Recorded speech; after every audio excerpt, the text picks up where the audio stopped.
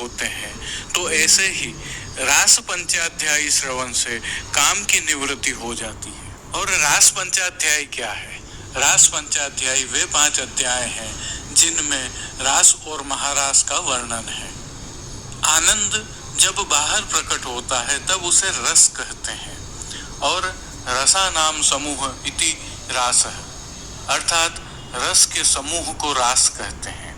जन्माष्टमी में तो एक ही श्री कृष्ण प्रकट हुए, किंतु रास लीला में तो अनेक श्री कृष्ण प्रकट हुए हैं। श्री महाप्रभु जी का नाम है रास लीलेक तात्पर्य।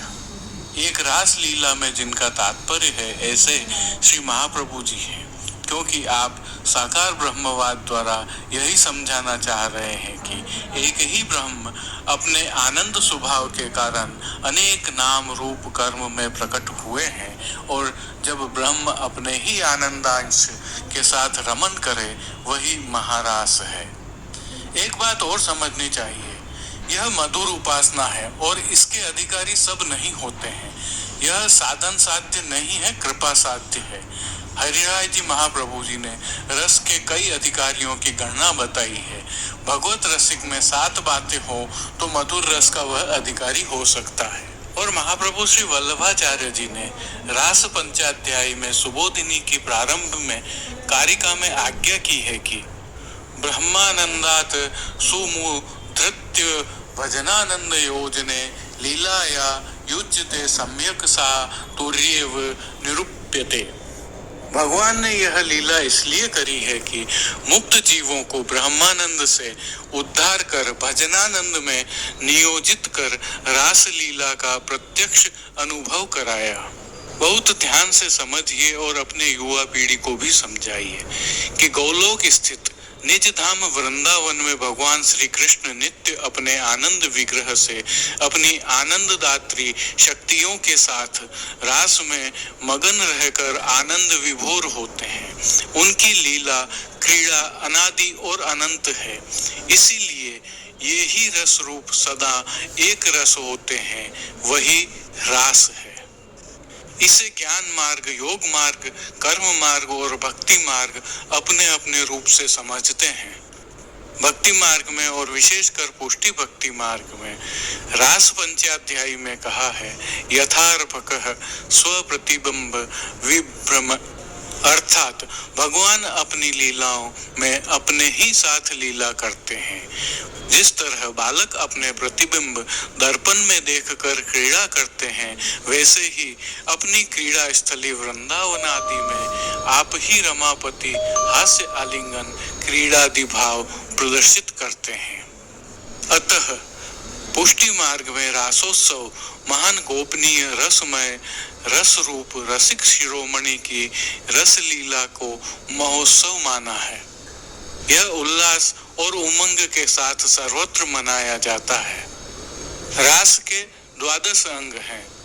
बंसी ध्वनि, गोपी अभिसार, कृष्ण के साथ बातचीत, लघु रास, राधिका को लेकर श्रृंगार, गोपीन के साथ पुनः प्राकट्य, गोपियों के प्रश्नोत्तर, आसन पर विराजना, रास नृत्य, वन विहार, जल विहार, क्रीड़ा।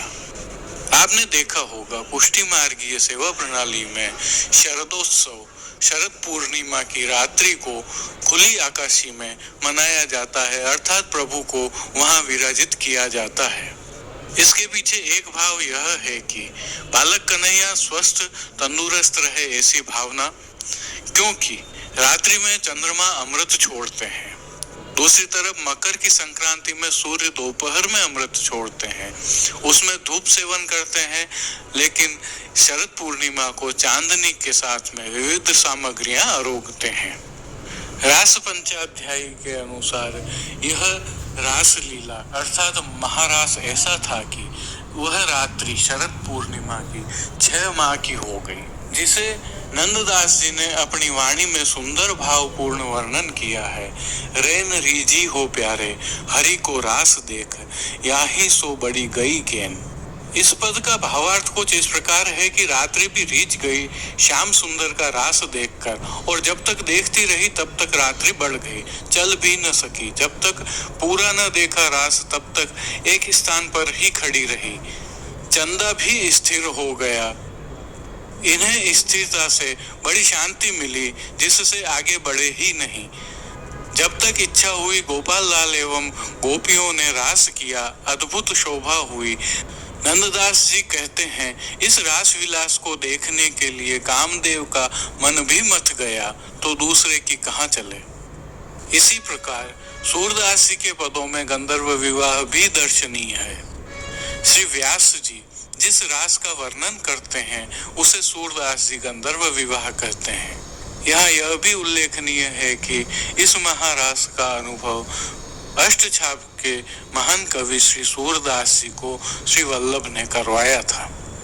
एक और भाव के अनुसार प्रभु श्री राम द्वारा अग्नि कुमारिकाओं का दिया हुआ वचन एवं नंद कुमार को पति रूप में पाने का व्रत संकल्प गोपीजनों का, उसके प्रसाद स्वरूप भी यह महारास है। जय श्री कृष्ण।